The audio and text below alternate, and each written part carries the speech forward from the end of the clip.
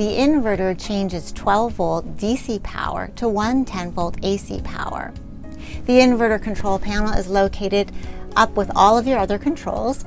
It's one switch. When you depress it and hold it for a second, a green light will illuminate, indicating that the inverter is powered on. This power will operate some of the receptacles in your coach. If the inverter is turned on, but it's not receiving any power, it's possible that the GFCI switch has been tripped on the inverter. In that case, you would simply locate the inverter inside your coach and use the reset button to resolve your problem.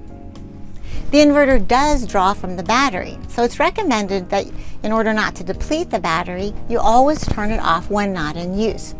Turning it off is done at the same switch. Hold it down for a second, and now your inverter is powered off.